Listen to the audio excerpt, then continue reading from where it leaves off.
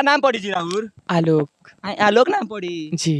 केकरा शादी कइले पड़ी रहुआ? लड़के से की हैं, अपने बॉयफ्रेंड से की हैं। अच्छा बॉयफ्रेंड से शादी कइले? और क्या, रहुआ कइले पड़े? हाँ वही लगा के। क्या मन में आग हुआ कि हम शादियां कर ली? तो क्यों नहीं करेंगे शादी? भाई मेरा हस्बैंड है, मुझे उससे प्यार करता है। बाप वो बाप हई ना देखी जी, हई देखी मंगलसूत्र पहन ले बड़े, हई सेनुर देखी, हई हई हई बाप हो बाल बच्चा होके खातिर क्या का होई?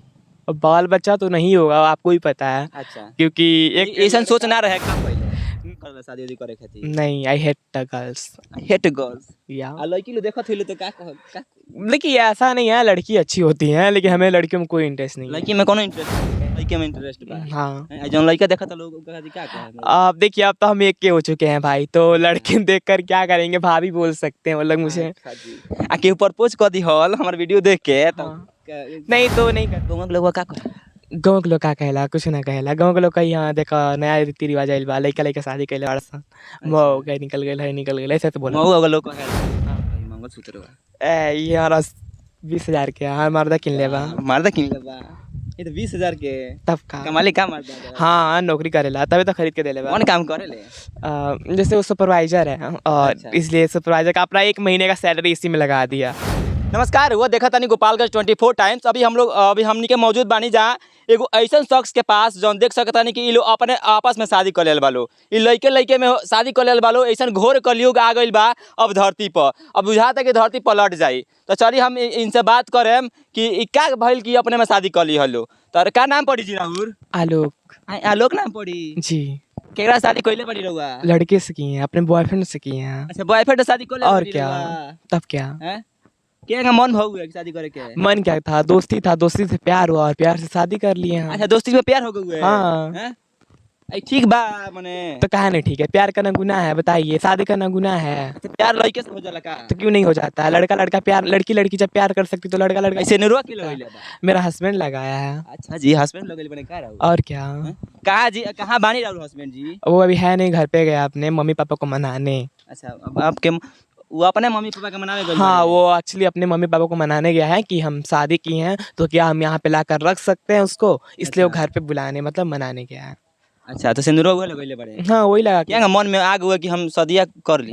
तो क्यों नहीं करेंगे शादी? भाई मेरा हस्बैंड है, मुझे उससे प्यार करता था। सब केहू लड़की से करेला, आ रउआ जी बानी की लड़के से कर लेला बानी? तो क्या हो जाएगा, प्यार था भाई, इंटरेस्ट था मुझे बचपन से लड़कों में, उसको भी था तो हमने कर ली शादी। उ भाग गइल बा छोड़ के कि गइल बा? भागा नहीं है वो, भागा ठीक बा कहीं भाग गइल है तो? ऐसा कुछ भी नहीं है, भागा नहीं है, उसके घर हई वाले बुलाए। बाप वो बाप हई ना देखी जी, हई देखी मंगलसूत्र पहन ले बड़े, हई सेनुर देखी, हई हई हई बाप हो बाप। हई कहाँ तक ठीक लागता? क्यों नहीं ठीक लग रहा है? अच्छा लड़कियां पहनी तो वो अच्छा है, हम पहना तो कोई तो गुनाह है? लड़की के लिए बनाया गया है ना, तो हम लड़की सब खातिर बनावल गइल बा मंगलसूत्र। हई हई जो स्टाइल देख सकता नीले तनी ऊपर से नीचे दिखा दी हमार कैमरामैन जी। देखिए कैसन स्टाइल यहाँ के बनैले बानी। और का नाम पड़ी? आलोक नाम पड़ी जी। और बड़ी सोशल मीडिया पर चर्चा में बन गइल बानी।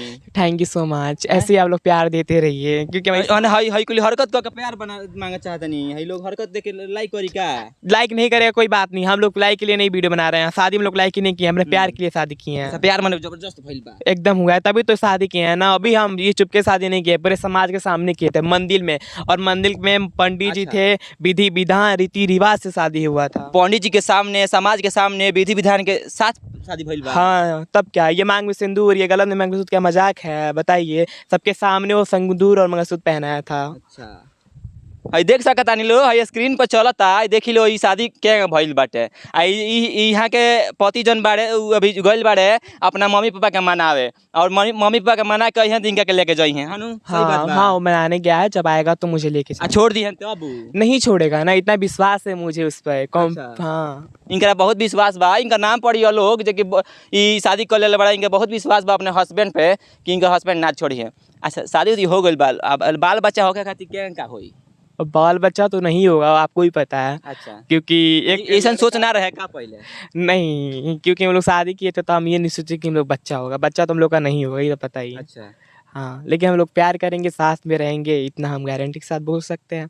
लड़की से मन ना करला शादी उदी करे खातिर? नहीं, I hate girls. Hate girls. या आ लड़की लोग देखत होइले तो का देखिए ऐसा नहीं है, लड़की अच्छी होती है लेकिन हमें लड़कियों में कोई इंटरेस्ट नहीं है। लड़की में कोनो इंटरेस्ट नहीं? नहीं। आ जौन बात लड़के में इंटरेस्ट बा। हाँ, आ जौन लड़का देखत लोग ओकरा खातिर का कहे? अब देखिए अब तो हम एक के हो चुके हैं भाई, तो लड़के देखकर क्या करेंगे, भाभी बोल सकते हैं वो लोग मुझे। अच्छा जी। आ केहू प्रपोज कर दी हल हमार वीडियो देख के तो हाँ। नहीं तो नहीं कर पाएंगे ना, क्योंकि सिंदूर और ये अब हो चुका है। रवो कहीं ना कहीं सुहागिन हो गइल बानी। अब जी रउआ बिल्कुल। मेल ना कहे फीमेल कहे मन रवो सुहागिन कहीं ना कहीं हो गइल बानी है ना। अब जी। केहू प्रपोज मारी तो मने एक्सेप्ट ना करे? नो, नहीं माने हस्बैंड से अपना एकदम कड़ा प्यार बा, जबरदस्त प्यार बा। बिल्कुल है, तभी तो उसके नाम से ये मंगलसूत्र और ये सिंदूर लगाए हैं। कहीं छोड़ के भाग जस तो क्यों भागेगा?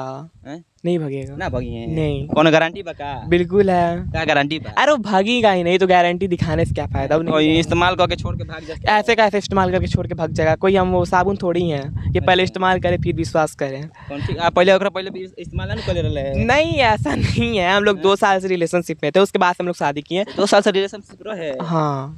मैंने उनको मन रहा कि शादी करम तोहरे से हैं? तोहरे मन रहे कि उनके से शादी करे? हाँ जी बिल्कुल।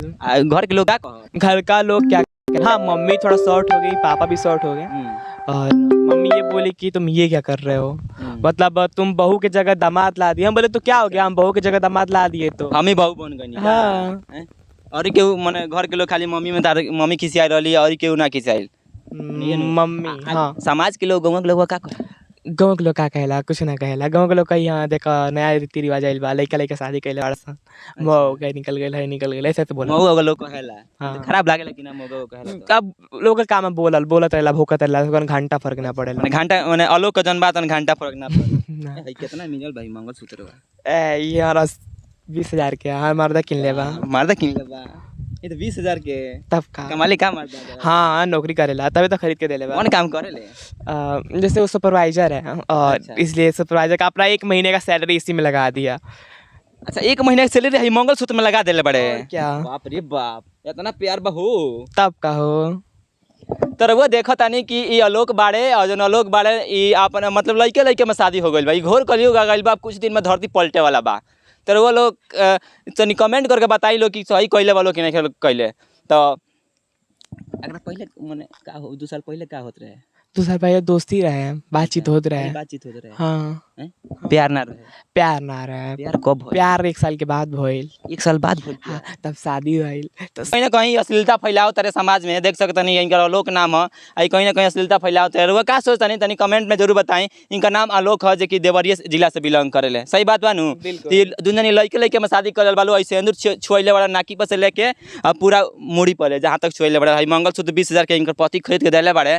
का नाम है जी पति के?